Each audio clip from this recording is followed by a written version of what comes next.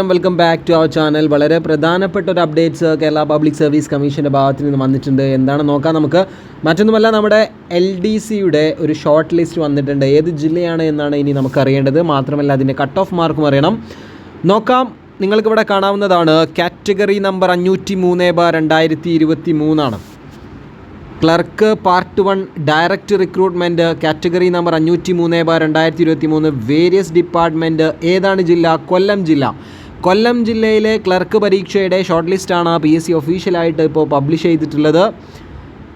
പരീക്ഷ നടന്ന തീയതി 17/8/2024 എന്ന് നിങ്ങൾക്കറിയാം. കൊല്ലം ജില്ലയിൽ പരീക്ഷ എഴുതി മെയിൻ ലിസ്റ്റിൽ ഉൾപ്പെട്ട ആളുകളുടെ രജിസ്റ്റർ നമ്പറാണ് ഇവിടെ കാണിച്ചിരിക്കുന്നത്. ഞാനിത് മെല്ലെ താഴോട്ട് സ്ക്രോൾ ചെയ്യാം. നിങ്ങൾക്ക് നിങ്ങളുടെ രജിസ്റ്റർ നമ്പർ നമ്മുടെ വീഡിയോ പോസ് ചെയ്തിട്ട് തന്നെ നോക്കി വായിച്ചെടുക്കാൻ സാധിക്കുന്നതാണ്. മെയിൻ ലിസ്റ്റിൽ ഉൾപ്പെട്ടിട്ടുണ്ടെങ്കിൽ നിങ്ങൾക്ക് അഭിനന്ദനങ്ങൾ അറിയിക്കുകയാണ്.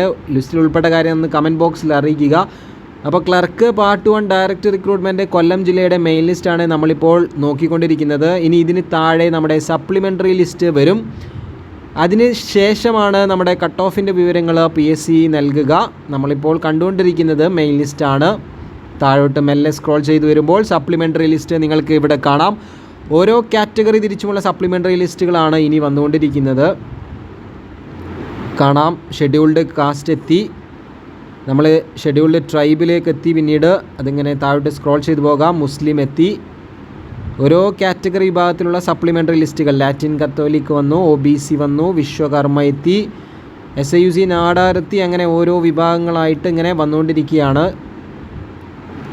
ഡിഫറൻ്റ്ലി ഏബിൾഡ് ലിസ്റ്റാണ് പിന്നീട് അവസാനമായിട്ട് ഇപ്പോൾ കണ്ടുകൊണ്ടിരുന്നത്. ഇനി നമുക്ക് നോക്കാം. കൊല്ലം ജില്ലയിൽ മെയിൻ ലിസ്റ്റിൽ LDയുടെ മെയിൻ ലിസ്റ്റിൽ 686 പേര്, സപ്ലിമെൻ്ററിയിൽ 727, ഡിഫറൻ്റ്ലി ഏബിൾഡിൽ 28.